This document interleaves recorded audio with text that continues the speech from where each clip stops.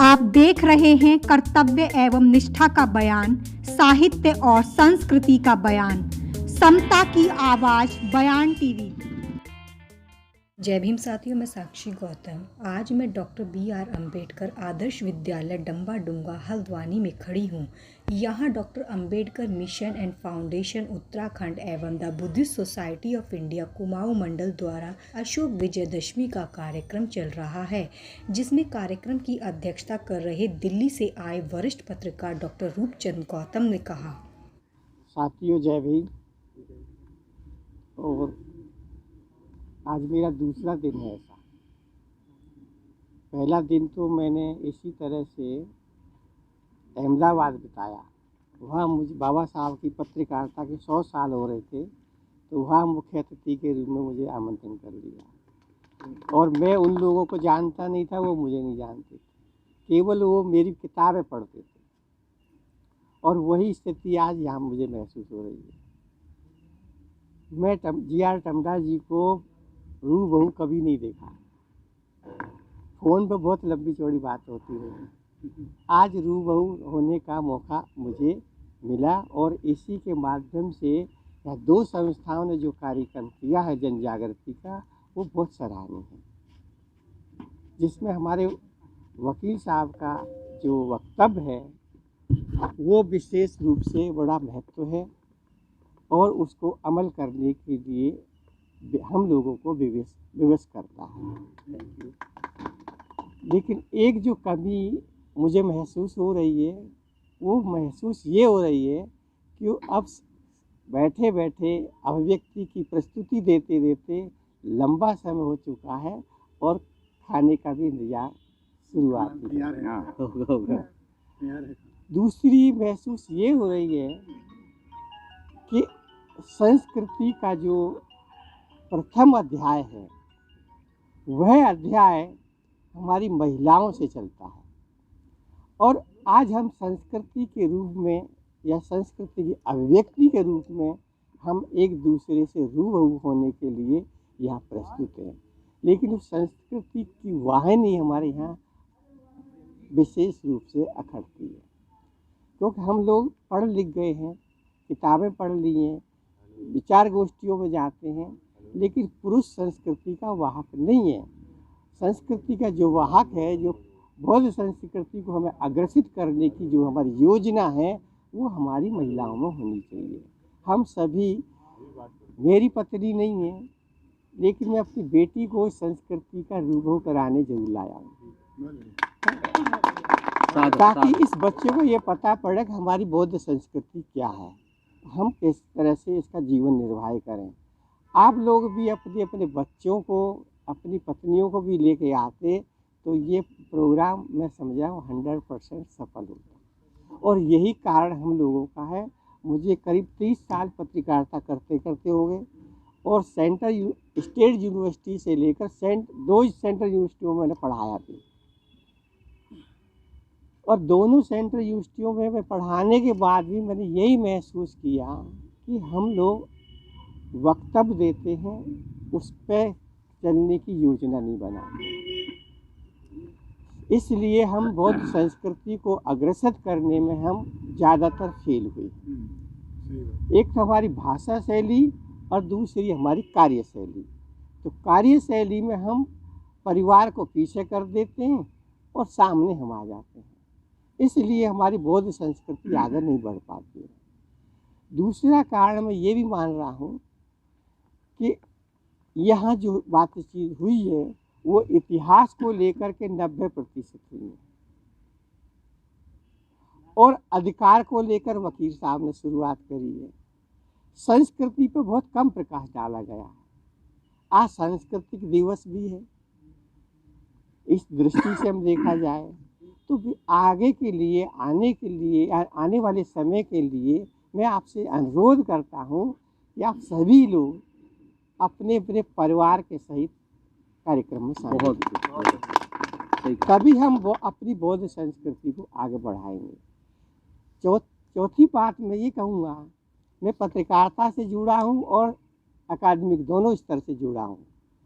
मैं यहाँ काफ़ी दिन से आ रहा हूँ दिल्ली हल्द्वानी के अंदर। या 10-12 आदमी से ज़्यादा मैंने महसूस नहीं करे। आज काफ़ी लोग हैं। और इससे पहले जब टमटा जी ने कार्यक्रम किया था यहाँ बौद्ध पार्क में, वहाँ हजारों से भी ज़्यादा लोग मैंने देखे। तो मुझे दूसरी बार इसलिए खुशी हो रही है। तीसरी आगे की जो बात है, हल्द्वानी में उत्तराखंड मुक्त विश्वविद्यालय है, और आप ये समझते हो कि जब तक हम साधन संपन्न नहीं होंगे तब तक हम सारी चीज़ों को असफल होते दिखाई देंगे हर स्तर पर। भगवान बुद्ध की हम बात करते हैं, बाबा साहब की बात करते हैं, तो शिक्षा और परिणाम की बात करते हैं, विज्ञान की बात करते हैं, परिणाम की तरफ चलते हैं। और परिणाम तभी है हमारे संसाधन से जुड़ा हुआ है, चिंतन से जुड़ा हुआ है। हम अभी भी रोजी रोटी के लिए तड़प रहे हैं, चिंतन तो बहुत दूर की बात हो गई। चिंतन हम करें कैसे, किस स्थिति में करें? चिंतन तो हमारा गायब कर दिया। गीता की जब हम बात करते हैं तो गीता में बार बार कृष्ण यही कहता है, कर्म कर फल की इच्छा मत कर। तो आप लगा लीजिए, जब हम सुबह से शाम तक काम करेंगे और जब हमें पैसे मांगने की काम की पारिश्रमिक नहीं मिलेगा, तो फिर हम कैसे, हमें काम करने की उत्साह कैसे बढ़ेगा? इसलिए गीता एक अनुवाद में फेल हो जाती है, उसका कुछ सार नहीं है, उसमें अहम है और हमारे लोगों का शोषण का एक दर्शन है। तो इसलिए बार बार तुम लोग अपने ज्ञान के लिए, अध्ययन के लिए पढ़ें। जिस बच्चे को पीएचडी करनी नहीं आ रही है, लिखनी नहीं आ रही है, सिनॉप्सिस की समस्या आ रही है, वो मुझसे मिले, मैं उसका साथ दूंगा। हल्द्वानी उत्तराखंड ओपन यूनिवर्सिटी की बात जो मैं रख रहा हूँ इसलिए कर रहा हूँ कि इसमें कितने डिपार्टमेंट हैं। किसी भी डिपार्टमेंट में हमारी समाज का एक भी एचओडी और प्रोफेसर नहीं है। ये मैं दिल्ली से बैठ कर बात कर रहा हूँ, आप लोग हल्द्वानी में जाकर देखेंगे तो आपको ज़्यादा महसूस होगा। तो जब हमारा एचओडी और प्रोफेसर नहीं होगा तो कौन हमारे बच्चों को रिसर्च कराएगा? ये हमारे सामने प्रश्न आता है। हल्द्वानी से और हम और आगे बढ़ जाते हैं, अल्मोड़ा की तरफ हमारे सज्जन कर रहे थे, बातचीत कर रहे थे। मैं अल्मोड़ा में बहुत दिन हो रहा। अल्मोड़ा की हम बात करें तो अल्मोड़ा को भी हम छोड़ दें, पूरे उत्तर प्रदेश में लक्ष्मी देवी पहली ग्रेजुएट महिला थी 1935 की, और पहली वो संपादक थी अखबार की। जब संपादक थी तो पहली वो पत्रकार हुई। किसी भी पत्रकारिता के इतिहास में या जिन लोगों ने पत्रकारिता का इतिहास लिखा, किसी ने भी लक्ष्मी देवी का जिक्र नहीं किया। तो ये समस्या या इस समस्या से उभरने के लिए तभी आएंगे जब हमारा युवा वर्ग तैयार होगा। उसको पता नहीं है। कम से कम आज की डेट में भी मैं बात करने लगूँ तो 4-5 महिला ऐसी हैं जो पूरे देश में पत्रकारिता की असिस्टेंट प्रोफेसर हैं। बरेली में हेमलता है, बिलासपुर में अमिता सागर है, और महर्षि दयानंद यूनिवर्सिटी में सुमेधा में धानी है, जो अंग्रेजी पत्रकारिता को पढ़ाते 25 साल हो गए। और यहाँ हम देखें तो पहाड़ की महिलाओं में कौन सी कमी महसूस होती है? लक्ष्मी देवी से तो पहाड़ की महिलाओं को सीख लेनी चाहिए थी, जिसने महिलाओं के मुद्दों को 1935-36 में उठाया। और आज वो महिला हमारी वो संघ बजाने में लगी हुई है, करवा चौथ मनाने में लगी हुई है। तो फिर ऐसी स्थिति में जन जागृति की बहुत ज़्यादा से ज़्यादा ज़रूरत है। अभी एक सवाल और मैं करके छोड़ दूंगा। बौद्ध हम दीक्षा का जब प्रोग्राम हम करते हैं तो बौद्ध दीक्षा के साथ साथ हमारा वो प्रमाण पत्र भी होना चाहिए, जिससे कि हम संसाधन लेने में भारत सरकार की योजना में शामिल हो सके। क्योंकि तहसीलदार हमें आज भी प्रमाण पत्र दे रहा है, हिंदू वाल्मीकि, हिंदू चूड़ा, हिंदू खटीक आदि आदि करके। लेकिन वो बौद्ध का प्रमाण पत्र देने में तैयार नहीं है। जब हम भारत सरकार पे या राज्य सरकार प्रेशर बनाएंगे, जैसे महाराष्ट्र सरकार में बना हुआ है, उसी तरह से हमारी उसमें जनगणना में बुद्धों की गिनती होगी। जब बुद्धों की गिनती होगी तो हम उस श्रेणी में आकर खड़े हो जाएंगे जो बौद्ध के लिए सुविधाएं मिलती हैं। वो इसलिए हमें ये ज़रूरत है कि आज अनुसूचित जाति की लाइन बहुत लंबी हो गई है और हम पूरे के पूरे परिवेश में हम देख रहे हैं कि हमें सुविधा चाहिए, हमें अपने बच्चों को रोज़गार चाहिए। तो बच्चों को रोज़गार के लिए कैसे करें? आज एससी के नाम पे हमारे बच्चों का इंटरव्यू भी फेल हो जाता है। ये आज स्थिति ऐसी बन चुकी है पूर्ण रूप से, और यही कारण है। तो उत्तराखंड ओपन यूनिवर्सिटी में यही कारण है। आगे जाके कुमाऊं यूनिवर्सिटी है, उससे और आगे जाके हेमती नंद बहुगुणा यूनिवर्सिटी है। मैंने 2 बार प्रोफेसर के लिए अप्लाई किया, 2 बार कॉल नहीं करी। और पूरे देश में मैं दावे के साथ कह सकता हूँ कोई भी दलित समाज का या अनुसूचित जाति का कोई भी प्रोफेसर मास कम्युनिकेशन में दूसरा आदमी नहीं है। तो इन बातों को तुम अपने बच्चों के लिए क्यों नहीं उठाते? इन चीज़ों को तुम्हारे और भी डिपार्टमेंट में जा सकते हैं। तुम्हारे बच्चे पत्रकारिता क्यों नहीं कर सकते? यहाँ का तो कोई मुझे दिखाई नहीं दे रहा इस तरह से। आज मीडिया का युग है, डिजिटल का युग है, अपनी बातों को फैलाने का युग है। इस गोष्ठी को हम पूरे गूगल पर डाल देंगे, थोड़ी देर के बाद ये पूरे वर्ल्ड में चली जाएगी। जब हमारे बच्चे यहाँ होंगे तभी तो ये गूगल पे जाएगी। हमारे बच्चे ही नहीं हुए तो कहाँ से गूगल पे जाएगी? तो ये कुछ बातें हैं। मेरा आपसे अनुरोध यही रहेगा भाई एक संस्था के माध्यम से मुख्यमंत्री को कहा जाए भाई हमें भी महाराष्ट्र सरकार की तरह बुद्धिस्ट घोषित किया जाए और उन्हें हमारा सर्टिफिकेट दिया जाए, मान्य हो। जब तक तहसीलदार या मजिस्ट्रेट तुम्हारा सर्टिफिकेट बुद्धिस्ट का नहीं देगा, जब तक आप बुद्धिस्ट की सुविधा नहीं ले सकते। सम्राट अशोक का जन्म 232 ईस्वी पूर्व पाटलिपुत्र में हुआ था और सम्राट अशोक बहुत बड़े सम्राट बने और प्रियदर्शी चक्रवर्ती अशोक सम्राट उनको कहा जाता है, और जिनका राज्य काबुल कंधार तक था, यूनान तक उनका राज्य था और मलेशिया थाईलैंड तक उनका राज्य का विस्तार उन्होंने कर दिया था। और विश्व प्रसिद्ध सम्राट अशोक के द्वारा कई राज्य जीतने के बाद, युद्ध में कई राजाओं को जीतने के बाद उन्होंने अंत में कलिंग पर युद्ध किया और कलिंग जीतने के बाद 10 दिन तक सम्राट अशोक ने विजय उत्सव मनाया और 10वें दिन उसका समापन हुआ और इसीलिए इस पर्व का नाम अशोक विजयादशमी कहा जाता है। सम्राट अशोक ने अपने जीवन काल में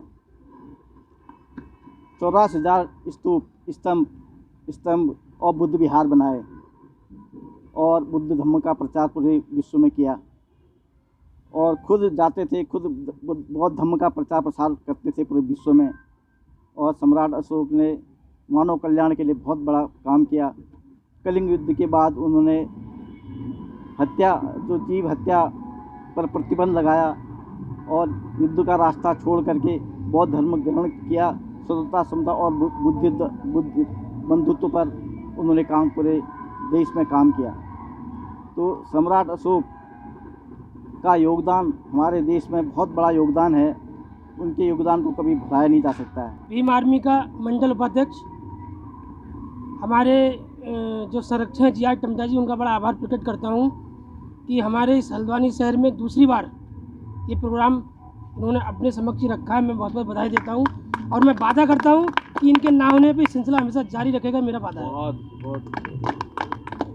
आए यहाँ पे सभी हमारे मानभूत मंचासीन, सबका मैं आज इस विजयदशमी और इस मंच से स्वागत करता हूँ।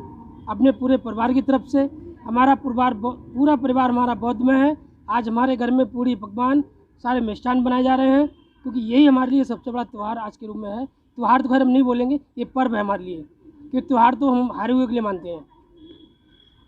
और हमारे जितने भी यहाँ पे बैठे सभी हमको अपना एक दिशा निर्देश दे के जाएंगे कि हमको अपने भविष्य में आगे आने वाली पीढ़ी में कैसे इस पूरे देश में बौद्ध धर्म के लिए आगे बढ़ाना है। और हम तो साहब इतना जानते हैं कि हमें अपने घर में वापसी करनी है। जो हमारा पहले घर इन लोगों ने छीन रखा था, इन मनुवादी ताकतों ने, हमें उस घर में जाना है। ये हम तो जा चुके हैं, परिवार से हमने शुरुआत की है अपनी, हमारी ये तीसरी पीढ़ी है। और हमने अपने यहाँ मेरी ससुराल है, पूरा ससुराल भी हमने बौद्ध में कर दिया है। लगभग भी 2-3% बचा है, क्योंकि ये कई साल पुरानी व्यवस्था एकदम तो नहीं जाएगी। और आप लोगों के जो भी हमारे साथ विचार आते हैं हम उनमें बांटते भी हैं। हमने एक ऐसे संगठन का यहाँ पे अभी शुभारम्भ किया है, भीम आर्मी। हमारा ये है उद्देश्य कि हम अपने उम्र के लड़कों को भीम आर्मी या बाबा साहब से कोई भी संबंधित हमारा संगठन जो बौद्ध विचारों को विकसित करता हो, हम उनमें उनको लाना चाहते हैं। हमारे दलित समाज के लोग, मुस्लिम समाज के लोग, क्योंकि मुसलमानों को भी हमारे साथ बहुत ज़रूरी आना है। हमारी मुहिम है कि हमें हल्द्वानी के 90% मुसलमानों को अपने साथ एक साल के अंदर खड़ा करना है। और ये चल भी रहा है, क्योंकि हम उनको जो भी पदभार देते हैं हम अधिकतर भी मोहम्मदन लोगों को ही देते हैं, क्योंकि उन्हें लगना भी चाहिए कि दलित समाज के लोग अब हमारे साथ जुड़ने लगे हैं। क्योंकि दिल्ली में जो अभी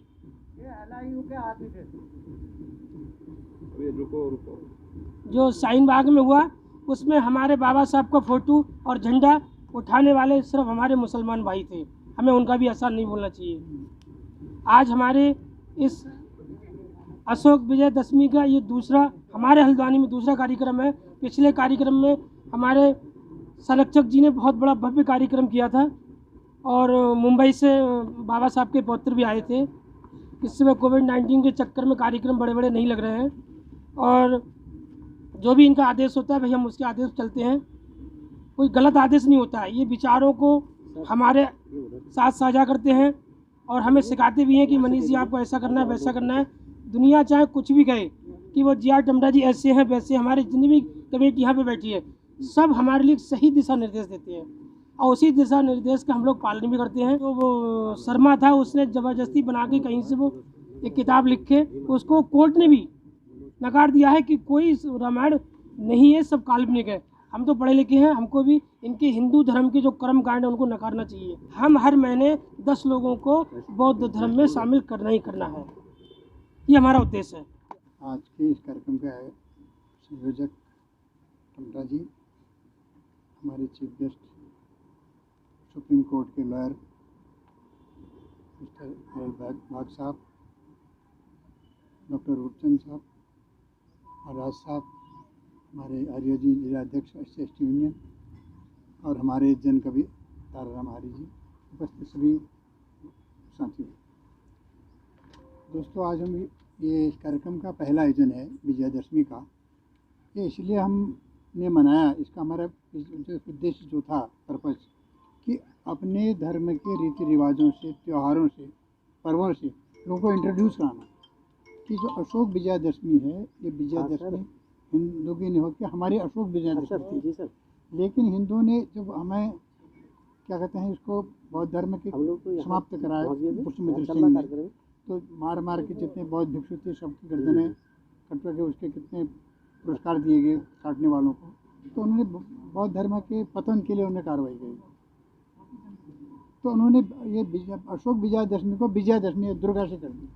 दुर्गा भी नरसंहार करती, और वो जो महिषासुर थे वो अपने आदमी थे, मतलब उसका मीन से बुद्धिस्ट थे वो लोग। बुद्धिस्टों का दलित संगठन करने के लिए उनका दुर्गा का माध्यम से करवाया गया। जबकि अशोक विजयदशमी है क्योंकि इस दिन सम्राट अशोक ने कलिंग विजय की थी, और कलिंग विजय में बहुत हिंसा हो गई थी, बहुत लाखों लोग मारे गए। तो उनको बड़ा दुख हुआ। उन्होंने कहा ये युद्ध रास्ता ठीक नहीं है। उन्हें गौतम बुद्ध का रास्ता अपनाने का तो उनको अच्छा लगा। मैं कहा भाई बौद्ध धर्म जो है अहिंसा पर आधारित है, इस धर्म को अपनाया जाए, ये मारकाट ठीक नहीं है। तो उन्होंने इस बात को सोचते हुए बुद्ध धर्म को ग्रहण किया सम्राट अशोक ने। और पूरा भारत ही नहीं, जो आप बता रहे थे पूर्व वक्ता, काबुल, कंधार, लंका वगैरह सब, चाइना, सब जगह बौद्ध धर्म का अपने लड़का महेंद्र और लड़की संघमित्रा के माध्यम से फैलाया। और जिसमें तो ये अच्छा फला फूला फ्लोरिश हुआ। लेकिन और देखिए आप चाइना देखिए, कितने करोड़ की उसकी मतलब 200 करोड़ से ऊपर की उनकी जनसंख्या है। वहाँ बहुत सा धर्म फला फूला है। हम बाबा क्या कहते हैं गौतम बुद्ध के विचारों से प्रभावित हुए, उन्हें अपनाया, और श्रीलंका ने अपनाया, जापान ने अपनाया, थाईलैंड ने अपनाया, म्यांमार ने अपनाया। सारे देशों ने जो है बौद्ध धर्म जो है को अपनाया, क्योंकि अहिंसा पर आधारित था, समता, समानता, भाई मतलब ब्रदरहुड, भ्रातृत्व पर आधारित था। और ये आज देखोगे कि इतने देश जो मैंने बताए बुद्धिस्ट कंट्री है, लेकिन भारत में जहाँ से धर्म हम फैला था, अशोक जहाँ के राजा थे, वहाँ ये धर्म लगभग इसका मतलब कहना चाहिए पतन सा लगभग हो गया। बाबा साहेब जो हमारे एक संविधान शिल्पी जिनको कहा जाता है, बहुत बड़े हमारे समाज के विद्वान थे, कोलंबिया यूनिवर्सिटी में पढ़े हुए थे, इंग्लैंड पढ़े हुए थे, कानून मंत्री जब उनको बनाया गया तो उन्होंने एक संविधान में इन जो रचना करी, इसी समता, सुनता, भ्रातृत्व पर आधारित संविधान जो बुद्धिज्म के जो आइडियोलॉजी है, ये संविधान में समाहित करी। आज हमारे संविधान में भी बुद्धिस्ट आइडियोलॉजी का समावेश है। तो बाबा साहेब ने 14 अक्टूबर 1956 को कई धर्मों का अध्ययन करने के बाद और हिंदू समाज के कुरीतियों से खिन्न आकर के, हिंदू समाज में आदमी की कदर नहीं है। There is no dignity of human being but dignity of cow and cats. यहाँ आदमी की गरिमा नहीं है, काव कुत्ते बिल्ली और गाय और कुत्ते बिल्लियों की है। क्योंकि एक सवर्ण जो है बिल्ली को गोद में बैठा करके खाना खा लेगा, बगल में गोद में बिल्ली बैठी है खाना खा, किसी दलित ने छू दिया खाना फेंक देगा, और गाय की पूजा करेगा, उसको आदर देगा, मतलब दोनों हाथ जोड़ करके गाय का की आरती उतारेगा, लेकिन दलित के साथ वो मतलब जो है नफरत करेगा, उसके सामने भोजन सहभोज करेगा, न उसके साथ उठना बैठना पसंद करेगा। तो मतलब कहना चाहिए कि एक जानवर से भी बेहतर जीवन हम लोग बिता रहे थे। अगर बाबा साहब नहीं होते तो हमारे इसमें पता नहीं क्या जीवन होता, कल्पना कर। बाबा साहब अवतार ही हमारे समाज में हुई, एक ऐसा अवतार पैदा बाबा साहब के नाम से हुआ जिसने हम जो जानवरों से बेहतर जीवन व्यतीत कर रहे थे, हमें संवैधानिक प्रोटेक्शन दे करके, संवैधानिक सेफगार्ड दे करके हमें मानव बनाया, एक मानव की श्रेणी में लाया।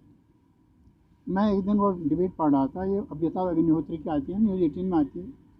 वो भारत रत्न वाली बात बस बहस छिड़ रही थी कि यार भारत को मिला, उसको मिला, कपिल देव उसको मिल गया, क्या तुम्हारे क्रिकेटर इनको मिल गया, लेकिन बाबा साहेब को भी मिला। लेकिन उसने क्या कहा, बाबा साहेब को जो भारत रत्न मिला बड़े देर से मिला। ये अमिताभ अग्निहोत्री जो भाग लेता है, बड़ा बहिष् करता है, बहुत ज़्यादा विद्वान आदमी है, वो कार्यकारी एडिटर है, एग्जीक्यूटिव एडिटर। तो उसने कहा कि बाबा साहेब को बड़ी देर में दिया गया, इनको बहुत पहले मिल जाना चाहिए था, क्योंकि बाबा साहेब ने एक ऐसे समाज को संवैधानिक संरक्षण दिया, मतलब कॉन्स्टिट्यूशन सेफगार्ड दी, प्रोटेक्शन दिया, जो जानवरों से बदतर जीवन व्यतीत कर रहा था। कहा जो जानवरों से बदतर जीवन, अब अपने यहाँ बदतर हो गया। बिल्ली तो हमारे गोद में, कुत्ते का पिल्ला हम गोद में बैठा लेते हैं, खाना खा लेते हैं, दलित में सोने में खाना फेंक देते हैं, तो जानवरों से बदतर हुआ नहीं हमारा। तो ये कुछ नहीं, गाय और कुत्ते बिल्लियों को आदर होता है, इंसान की कदर नहीं है, इसमें इक्वलिटी नहीं है। इसमें विशेषकर हमारा जो समाज था उसको तो इन्होंने मतलब जो है इसका इतना शोषण किया। आप लोग तो उनके इतिहास पढ़ते रहते हैं, गले में हांडी, कमर में झाड़ू वाली बात, इसको बाद दोहराने में ठीक नहीं लगता, लेकिन कभी कितने आ ही जाता है। तो ये ऐसे धर्म में जिसने हमको इंसान नहीं माना, जानवर से बेहतर हमें ट्रीटमेंट दिया, व्यवहार किया, तो ऐसे धर्म से हम क्यों जुड़े। बाबा साहब ने जब ये बौद्ध धर्म का अपनाया, उन्होंने सन 35 में कह दिया था कि मैं हिंदू धर्म पैदा हुआ हूँ लेकिन हिंदू नहीं मरूँगा, ये मेरा प्रण। तो उन्होंने देखा कि जो भी डिस्पैरिटीज हैं, डिस्क्रिमिनेशन है, उनको भी कितना, एक पढ़ा लिखा विद्वान आदमी होने के नाते संविधान जिसने बनाया उनके साथ तो भेदभाव हुआ, बताइए। और अभी देखिए आप, वो आपके राजेंद्र, ये हमारे गोविंद साहब, राष्ट्रपति राजनाथ कोविंद, कौन सा मंदिर था वो, उड़ीसा का था, कहाँ का था साहब का, तिरुवनंतपुरम भी है, क्या नाम का, जगन्नाथ मंदिर, उसमें पूजा करने में धक्का मुक्की हुई। और ये जो एक वहाँ पर है तुम्हारे पुष्कर, जो एक वो है ब्रह्मा का मंदिर, हाँ राजस्थान में, वहाँ उनको सीढ़ी में पूजा कराई, मंदिर के अंदर नहीं पूजा करने दिया, ब्रह्मा का मंदिर है, अंदर नहीं आने दिया, सीढ़ी में पूजा कराई उन्हें। सीढ़ियाँ बनी हैं बहुत लंबी, वहाँ नीचे तालाब तक बनी है नीचे, मैं भी गया हूँ वहाँ, जब मैंने देखा ना नीचे तालाब तक सीढ़ियाँ हैं, बहुत लंबी सीढ़ियाँ हैं। तो वो अधिकांश लोग खैर वहीं करते हैं, उसमें ही करते हैं सीढ़ियों में पूजा अधिकांश, लेकिन जो VIP आते हैं उनको तो मंदिर में ही करते होंगे, ये उनको सीढ़ी में पूजा करें आम आदमी की तरह। तो ये उन्होंने देखा कि यार ये समाज का, हम इस हिंदू समाज में इसकी दुनिया खुश नहीं है, ये इसका जो है इसको सम्मान नहीं मिल पाएगा। इसलिए उन्होंने कहा कि बौद्ध धर्म का आदर कर, सब धर्म का स्टडी करते हुए जब उन्होंने पाया कि बौद्ध धर्म जो है कास्टलेस सोसाइटी है और हिंदू धर्म कास्ट बेस्ड है, तो ये कास्टलेस सोसाइटी वाला धर्म ही सर्वश्रेष्ठ धर्म है। ये उन्होंने अडोप्ट किया 5 लाख 1956 में 14 अक्टूबर को 5 लाख लोगों के सामने। तब से वो आगे बढ़ाते इस धर्म को, लेकिन वो केवल 1.5 महीना ही जीवित रहे। उसके बाद 14 अक्टूबर को किया, 6 दिसंबर में सबको कोई डेथ हो गई। नहीं तो अगर वो जीवित होते तो आज हिंदुस्तान बौद्धमय हो गया होता। लेकिन हम उनको अनुयायी, हमने उनका विचारों से हम फॉलोवर हैं, उनका आंदोलन को हम आगे बढ़ा रहे हैं, उनके मिशन को आगे बढ़ा रहे हैं। तो हमारा कर्तव्य है कि जितना उन्होंने काम किया उसको और आगे बढ़ाएं। और मुख्य चीज़ यह है कि बौद्ध धर्म का जो रीति रिवाज हैं, जो इसके वो हैं विवाह के संस्कार, कर्मकांड, इनको भी लोगों को बताना पड़ेगा। हमें कुछ बौद्धाचार्यों की यहाँ ट्रेनिंग देनी पड़ेगी, ताकि बौद्धाचार्य कुछ बनेंगे, भाई कैसे तुम नामकरण करोगे, शादी में क्या क्या मतलब वो कर्मकांड के ढंग से होंगे, संस्कार विधि कि मतलब जो है बताने के लिए, मृत्यु में कौन सा करोगे, मेरा बच्चा स्कूल जाता है तो उसमें कौन सा कर्मकांड करोगे। तो इन चीज़ को एजुकेट करने के लिए बौद्धाचार्य की ज़रूरत है। जब तक बौद्धाचार्य नहीं होंगे, हम ऐसे ही भाषण देते रहेंगे, साल में अपने घर में छोड़ देंगे। तो इसको एक क्रमबद्ध तरीके से जैसे आंदोलन के रूप में लेना पड़ेगा। हर जैसे हम लोग कृष्ण पाठ या बुद्ध वंदना, इसका कार्यक्रम हमें बौद्धाचार्यों को जब हम यहाँ पर ट्रेनिंग देंगे, उनकी ट्रेनिंग देंगे, हम बौद्धाचार्य हमारे हर संडे को हर एक के घर में जाए, वहाँ बुद्ध वंदना कृष्ण पाठ करें और बौद्ध धर्म के बारे में पूरा समझाए, बहुत 22 प्रतिज्ञाएँ, अष्टांग मार्ग 22 प्रतिज्ञाएँ पूरा समझाए, और उनके रीति रिवाज, नामकरण में की रीति रिवाज क्या है वो पूरा उसका कर्मकांड करे। शादी में क्या कर्मकांड होते हैं जैसे हिंदू करते हैं, वो उसको आना चाहिए बौद्धाचार्य को।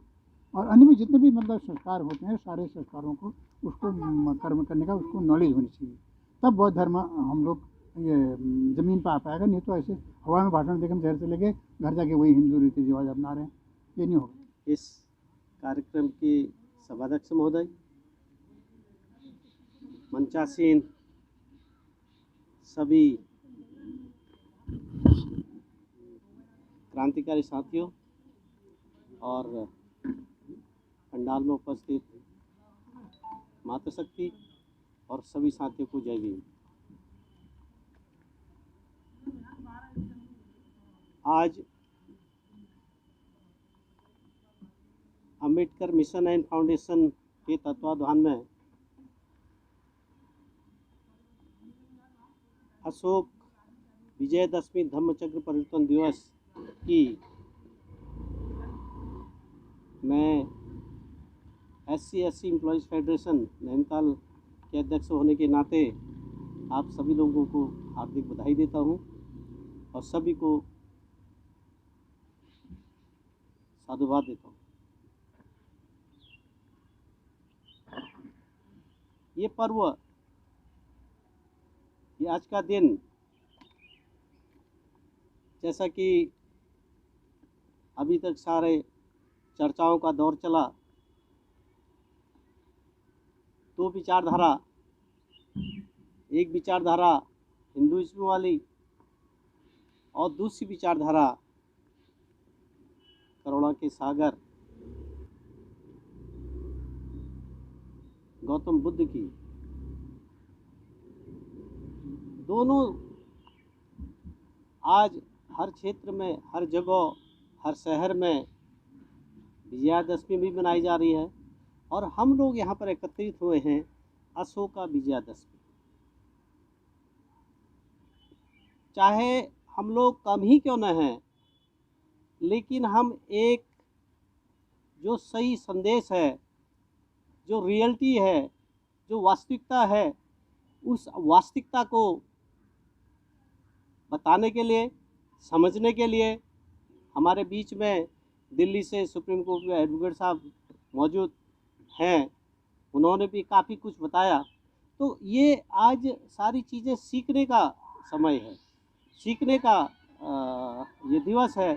बहुत सारी चीज़ें धम्म दिवस के उसमें, और गौतम बुद्ध ने जो समता, स्वतंत्रता, बंधुत्व की बात कही, और उस समता, स्वतंत्रता, बंधुत्व से ही सारा पूरे भारत सुखमय हो सकता है। इसके लिए हम सभी लोगों को प्रयास करने चाहिए, सभी लोगों को इस बात को समझना चाहिए। अगर हम लोग भी एक समय में इतने लोग भी इस बात को समझ जाएं, तो ये जो प्रकृति का नियम है, मल्टीप्लिकेशन का नियम है, उस मल्टीप्लिकेशन के उससे ये सारी व्यवस्थाएं अपने आप धीरे धीरे 2 के 4, 4 के 8, 8 के 16, 16 के 32 होते जाएंगे।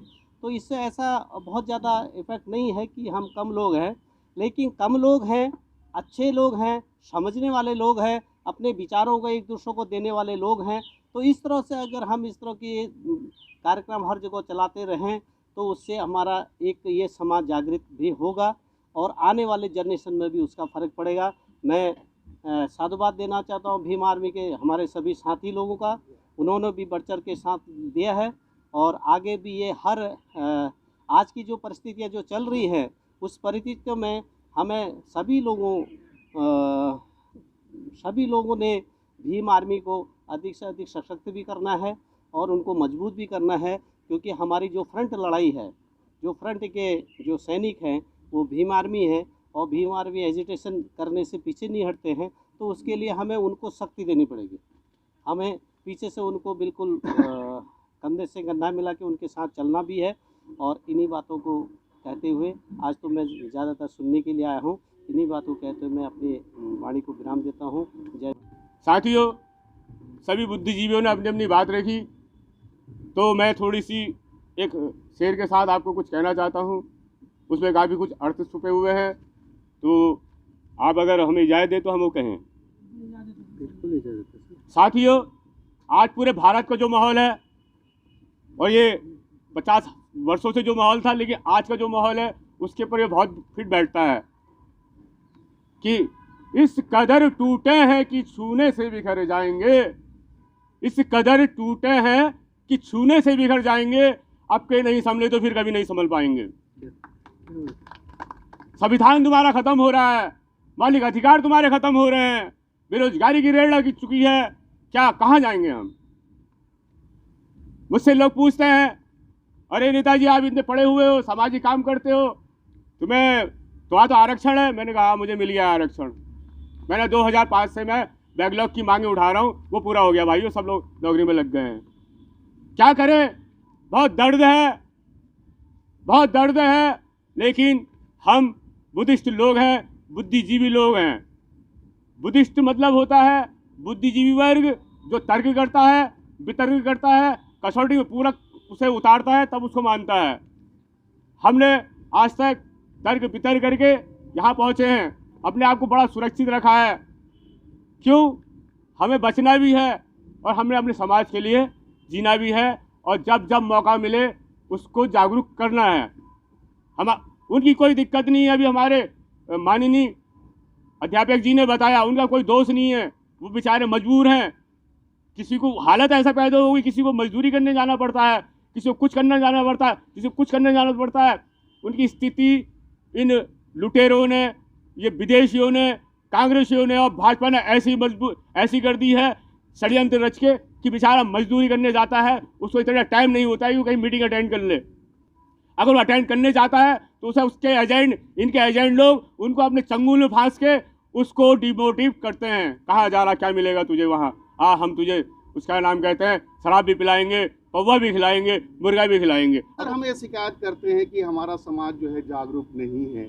अरे भाई, हम उन लोगों के बारे में कहते हैं जो कम पढ़े लिखे हैं या अनपढ़ हैं, जो डेली मजदूरी करते हैं, दूसरे के पर आश्रित हैं।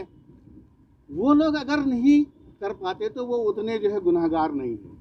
हम लोग पढ़े लिखे हैं, एक अच्छी पोस्ट में हैं, हम सब कुछ जानते हैं, उसके बावजूद भी जो है हम इस चीज़ को नहीं, अपने में परिवर्तन नहीं ला पा रहे हैं, तो सबसे बड़े दोषी जो है हम अपने को मानते हैं। अगर हम जो हैं सही हो जाएंगे, हम अपने में परिवर्तन लाएंगे, तो निश्चित रूप से एक न एक दिन वो भी जो है परिवर्तित होंगे। हमें ये प्रयास करना चाहिए। मैं आपको बताऊं, हमारे जो जी.आर. टमटा जी हैं, आपके सानिध्य में हमें इससे पहले हमें भी कुछ मालूम नहीं था, मगर 97-98 में जो हम आपके संपर्क में आए, कई हमने बैठकें ली, कई हमने कैडर कैंप ऑर्गेनाइज किए और हम दिल्ली तक गए। आपके सानिध्य में हमने हर चीज़ सीखी और सीखने के बाद तब हमें ये एहसास हुआ कि हम कौन सी दुनिया में जी रहे हैं। तो हमें जो है पढ़ना बहुत ज़रूरी है। हम पढ़ेंगे लिखेंगे नहीं तो हमें, हमारी समझ में कुछ नहीं आएगा। इसलिए हम लोगों का भी ये नैतिक कर्तव्य है कि इन सारी चीज़ों को जो है हमें अपने समाज में जो है ये बताना होगा। देखिए कि 125 देशों में जो है यह धर्म फैला हुआ है, 125 देशों में, और हिंदू धर्म सिर्फ जो है भारत और नेपाल में है। और हमारी स्थिति क्या है, हंगर इंडेक्स अभी आपने देखा होगा, उसमें जो है भारत का जो नंबर है वो 95वां नंबर है। कहाँ हैं हम हैं? मोदी जो हैं बड़ा ढोल पीटते हैं कि हमने ये कर दिया वो कर दिया। जब से ये भगवाधारी जो है शासन में आए हैं तब से देश का घंटाधार हो गया है। अगर देश को बचाना है तो निश्चित रूप से इन आतंकवादियों से जो है देश को आज़ाद कराना पड़ेगा। तो बहुत ही मैं कभी कभी ये सोचता हूँ कि हमारे लिए पढ़ने पर इतना प्रतिबंध क्यों लगाया गया। तो इसीलिए लगाया गया ना, हम पढ़ेंगे लिखेंगे तो हम क्या करेंगे, तर्क करेंगे, हम सोचेंगे, हम समझेंगे। इसलिए उन्होंने ये कहा कि आपको जो है पढ़ना लिखना नहीं है। पढ़ना लिखने का मतलब है कि आप ठीक है 2 दूनी 5, तो हाँ 2 दूनी 5 है, मतलब पढ़ाई नहीं है। तो अगर हम पढ़ लिख जाएंगे तो हम कहेंगे ना कि 2 दूनी तो 4 होता है, 2 दूनी 5 कैसे कह रहे हो आप। तो आज उनको ये लग रहा है कि ये पढ़ लिख रहे हैं, आज हमारे प्रति हमारी बातों का जो है ये उल्लंघन कर रहे हैं, ये तर्क कर रहे हैं, ये अपने अधिकारों की मांग कर रहे हैं। तो ये बहुत ज़रूरी है कि हमें पढ़ना लिखना बहुत चाहिए। आज अशोक विजयदशमी के पर्व पर आज के मुख्य अतिथि एडवोकेट आर बाग साहब सुप्रीम कोर्ट के, आज के जो अम्बेडकर मिशन ऑफ इंडिया के जो इस गोष्ठी के अध्यक्ष हैं जी.आर. टमटा जी, और मंचासीन डॉक्टर गौतम साहब और Arya ji, MR Arya ji, SC/ST federation की जिलाध्यक्ष हैं, आज के संचालक गोविंद राम गौतम जी, और यहाँ पर उपस्थित सभी महानुभाव, बुद्धिजीवी, महिला वर्ग, और विशेष रूप से जो लड़की हमारी एंकर बन के आई है, मैं बहुत बहुत धन्यवाद देना चाहूँगा। ये कि प्रेरणा है यहाँ की लड़कियों के लिए कि कुछ इस बारे में सीखेंगी आगे के लिए। तो मैं आज अशोका विजयदशमी के उपलक्ष्य में सभी को पुनः धन्यवाद देना चाहूँगा, आभार व्यक्त करूँगा। जैसा कि अभी हमारे यहाँ पर आज इतने बुद्धिजीवी आए हुए हैं, और सुप्रीम कोर्ट के वकील साहब बाग साहब, जिन्होंने बहुत कुछ उनसे हमने सीखा है। तो आज लोगों की कमी रही कि ताकि लोगों पे अच्छा मैसेज आता। और दूसरा हमारे रूपचंद गौतम डॉक्टर साहब, जो मैं इनकी कभी कभी मैंने किताबें पढ़ी हैं, तो ऐसा लगता है कि आज कम से कम हमारे इस गोष्ठी में, इस सभा में हल्द्वानी के लोग होते तो बहुत अच्छा मैसेज आता। तो भाइयों, जिस प्रकार ये आपका दशहरा पर्व मनाया जाता है हिंदुओं के द्वारा, हिंदू शब्द फिर दोबारा आ रहा है, और ये जो ब्राह्मणवाद के उसमें हिंदू ये दशहरा पर्व मनाया जाता है। तो दशहरा पर्व जो है वो विशेष रूप से क्या है कि जब आपका ये चंद्रगुप्त मौर्य से लेकर के बृहद्रथ जो मौर्य तक जो 10 राजा हुआ करते थे मौर्य काल के, तो जो पुष्यशुंग जो ब्राह्मण था, जिसने जो सेनापति था उनका एक कपटपूर्ण रीति से उनका वध किया, और उसके बाद वो वहाँ का राजा बन गया। तो उस समय वो एक उन्होंने जश्न मनाया गया। और जिस प्रकार रावण और राम की कथा को ये काल्पनिक रूप दिया गया और जिसमें उन्होंने 10 सिर बनाए गए उसके, वो सिर्फ हमारे ही इस मौर्य वंश के 10 राजाओं के सिर थे। वो न कोई रावण था और कोई न राम था। तो क्योंकि लेखनी उनके हाथ में थी, वो जैसा लिखना चाहते थे लिखते थे। वो कई सालों से, हजारों सालों से वही लिखते हुए आ रहे थे। अब जैसे कोई हमारा शिल्पकार भाई कहीं मंदिर बनाता है और उसकी मूर्ति बनाता है और उसके बाद जब उसमें वो क्या करते हैं, क्या कहते हैं कि प्राण प्रतिष्ठा करते हैं। उस प्राण प्रतिष्ठा के बाद उसको नहीं जान देते अंदर मिस्त्री को, क्यों? उसमें जान आ गई कहते हैं अब ना।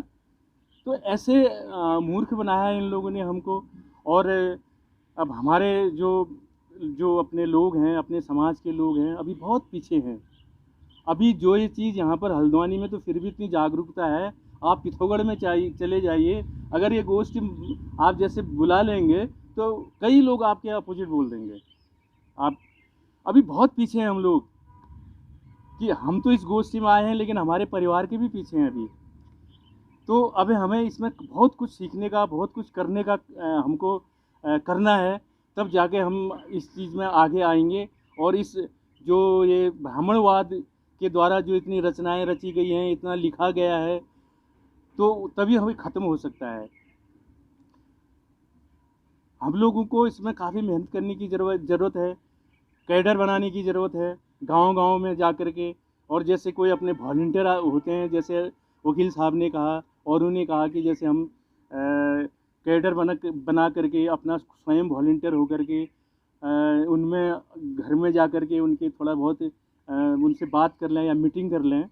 ये अक्सर हमने देखा है कि जैसे शुरू में मिशनरीज़ ने बहुत से ये अनुसूचित जाति वर्ग के लोगों को क्रिश्चियन बनाया।